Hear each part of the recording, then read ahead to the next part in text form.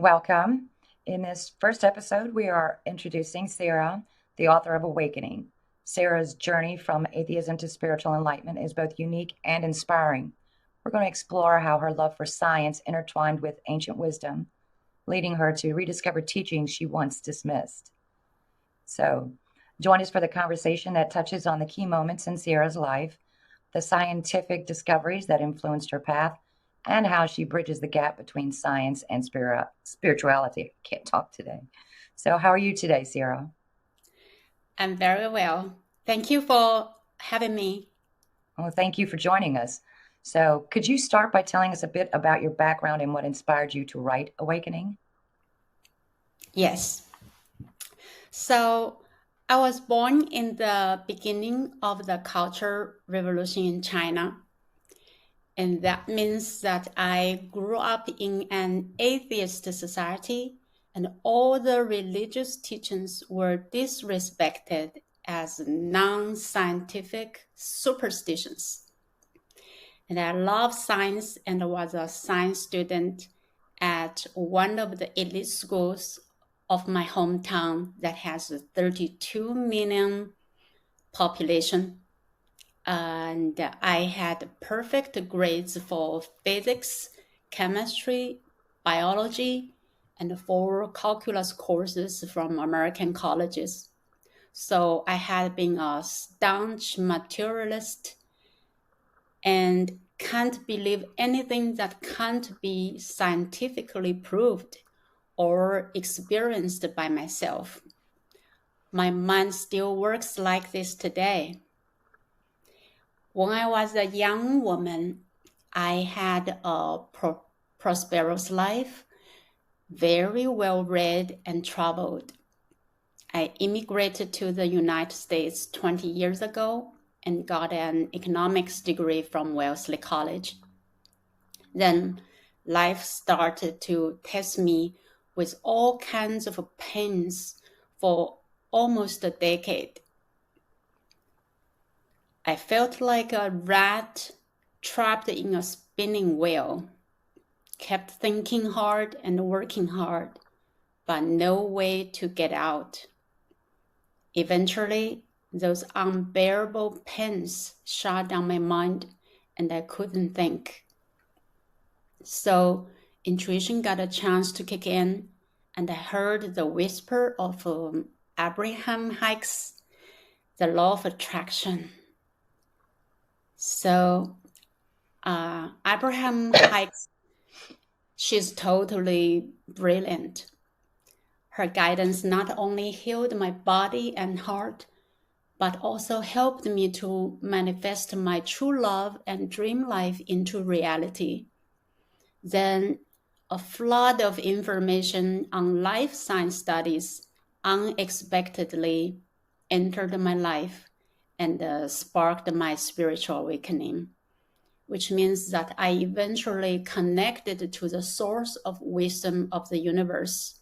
So I want to share my story with those who are struggling to get out of their mind jail like I was.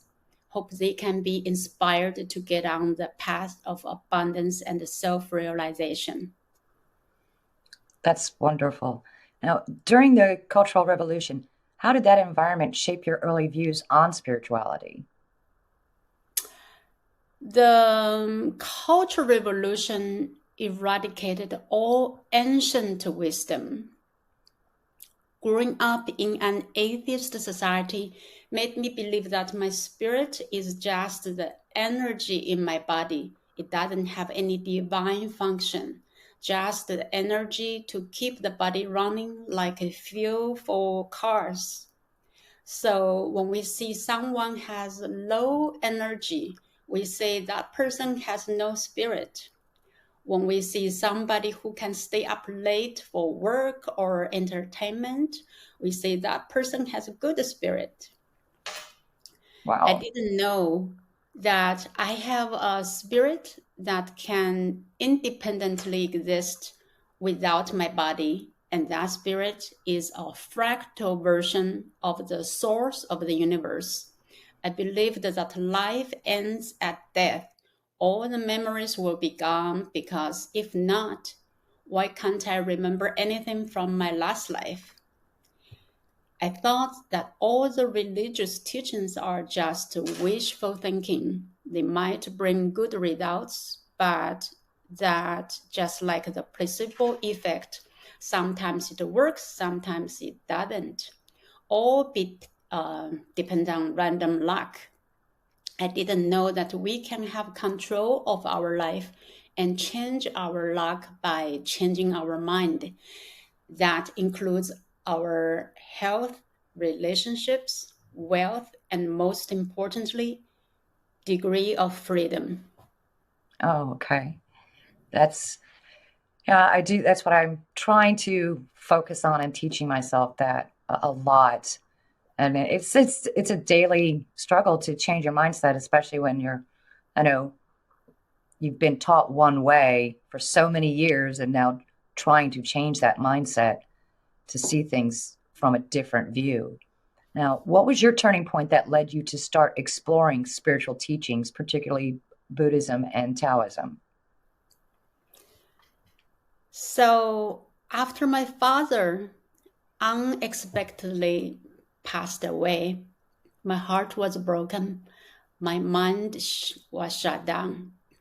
Then a flood of information on life science studies from highly credible institutions entered my life. These studies not only provided abundant evidence to prove that consciousness is in everything, they also proved that our spirit can exist independently from our body. Ultimately, they helped me to understand the very profound Heart Sutra that I read 10 years ago. Okay. I thought I understood the Heart Sutra when I first read it, but I didn't. I thought it just meant if you don't value those material things, then they won't become important to you. I did not know that it was teaching us how to witness the ultimate truth of the universe and life so we can be liberated from sufferings that are created by the beliefs from our experience. I didn't know that it was teaching us how to become wise from letting go of control. I didn't know that it was teaching us how to get out of the four-dimensional space-time to reach infinite dimensions where the perfect wisdom of the universe and life resides.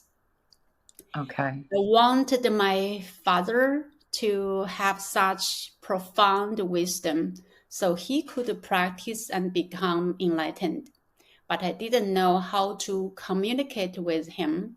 So I started searching for answers from the Buddhist and Taoist teachings.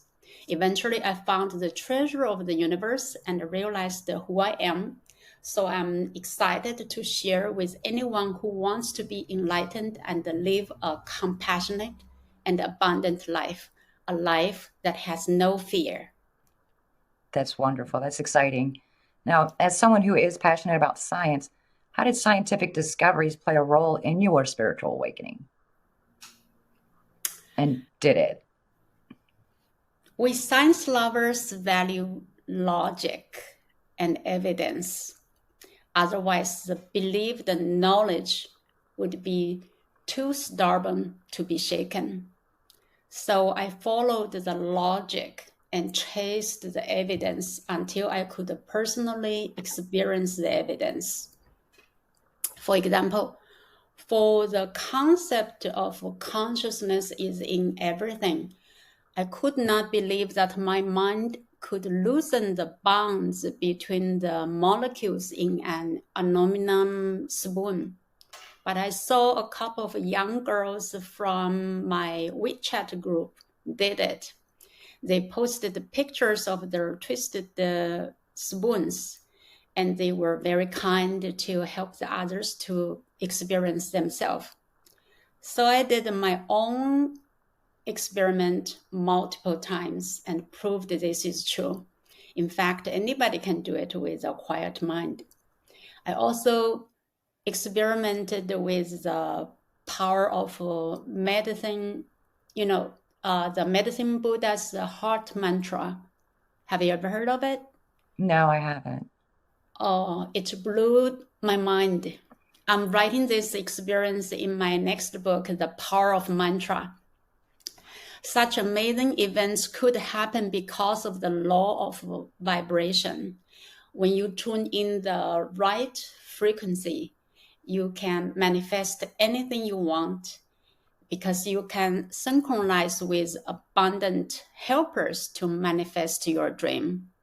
So the abundant concrete evidence I witnessed loosened the boundaries of my former beliefs and allowed me to enjoy a new life beyond the four-dimensional space-time boundaries. Such experience also helped me to understand why time doesn't really exist in the ultimate truth that comprehend all the infinite dimensions. When I say the ultimate truth, it means the truth that always stays the same at any conditions. I used to believe that everything is relative and there is no absolute truth. Now I know that there is this ultimate truth that is absolute, and it's the home of our spirits. Knowing this is powerful. That's amazing. I look forward to learning more about that. Now, you do mention that ancient teachings go beyond science and philosophy. Can you briefly explain what makes these teachings so powerful? So the sages' teachings are beyond science and philosophy because science and philosophy only employ our five senses and the judging mind or analytical mind, which limit our experience or confine our experience in the four-dimensional space-time. Humanity could be confined in this four-dimensional mind jail forever if all we do is chase the endless and ever-changing phenomena in the four dimensions, just like an ant running on a two-dimensional plane. It can never see what's beyond that plane. What the sages taught were different ways to break through the four-dimensional relative reality and ultimately reach the absolute reality in the infinite dimensions by enhancing our compassion. So we can witness the ultimate truth of nature without our five senses and the judging mind, and allow our direct awareness, our innate wisdom, the wisdom of the universe to shine. We do not have to have more advanced technologies to know more about the universe because all the secrets are within ourselves. We just need to tune in the right frequency to listen to our higher self. The highest frequency of wisdom is compassion. The more compassion, the bigger world and higher degree of freedom. Okay. That doesn't mean that we should abandon science and philosophy. It means that science and philosophy alone are not enough for us to have an abundant and peaceful life, let alone to understand nature. We need to cultivate our spirit to have wisdom. When we have wisdom, solutions will always be more abundant than problems. Okay. Now, as somebody who spends a lot of time having an analytical mind, what would you recommend for somebody who always thinks analytically to be able to break away from that so that they can move to that next level?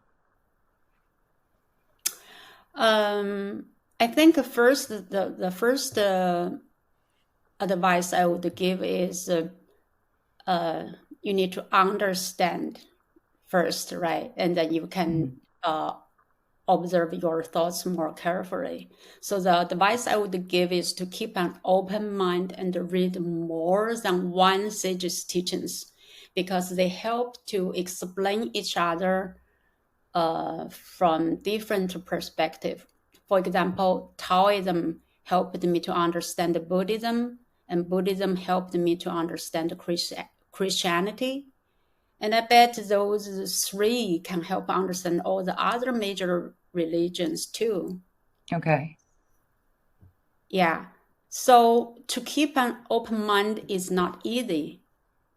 Yeah, when you And overthink. right. And so that's why we need to be observant and notice the signals when we are judging or having an attachment to our old beliefs that limited our life. The most Okay. the most obvious signal is from our emotion. When our emotion is strong, it means that our ego is dominating our lives, and we can easily be manipulated by the environment and lose control of our lives, because our ego can blind us from seeing the bigger picture. Right. Yeah, so to win our life back, all we need to do is to calm down our mind and allow our intuition to have a chance to guide us. We can do that by meditation or pay attention to observe nature and our thoughts without judging. This is very Okay. important. You can have a thoughts, flood of thoughts. Everybody has, can't stop, but you notice the thoughts going on, you tell yourself, no judging. Okay. That's the key, no judging. Yeah. So the sages taught us a lot. We are living a very fortunate time because such teachings are so much easier to access for us than they were for, our ancestors. Yeah. No. Yeah. So for someone who is just beginning their spiritual journey, what advice would you give them? I think it's the same as what I said. Keep open mind, and be observant. No matter what you are doing, you uh, pay attention to your thoughts. And for the in the beginning, it's hard to observe the thoughts, right? Then you Right. observe your actions, and after you observe your actions, you feel you will have more time. Then you pay attention to the thoughts, because usually the thoughts run faster than Right. the actions. Yeah. So just be observant. Yeah. Okay. And So, also read more perspectives, not just read one. Many people, they just read one, they can't understand, can't digest and reject that teaching right away. Myself is the same. Like when I first encountered Christianity, my cousins, the whole families are Christians, and they are very serious believers. So they gave me a Bible to read, and I read a few pages. I rejected right away. I said, "Love is supposed, God is supposed to be loving," and this book, all the pages I read were about violence, and I didn't right. like that, so I put it down right away. Yeah. But eventually, after this, now it's over 20 years. Now I understood what it was teaching. Yeah. Oh, okay. Mm. So, well, I do thank you for Sierra for sharing your journey with us. Now, for those interested in learning more, be sure to check out Awakening and follow Sierra on social media. Now, stay tuned for more insightful conversations in our upcoming episodes. And I look forward to seeing your next book, The Power of Mantra. So, thank you for your time and have a safe journey on your move. Thank you very much. I appreciate your time. Thank you very much for having me. You have a great day. You Thank too. you. Thank Bye you. bye. Bye.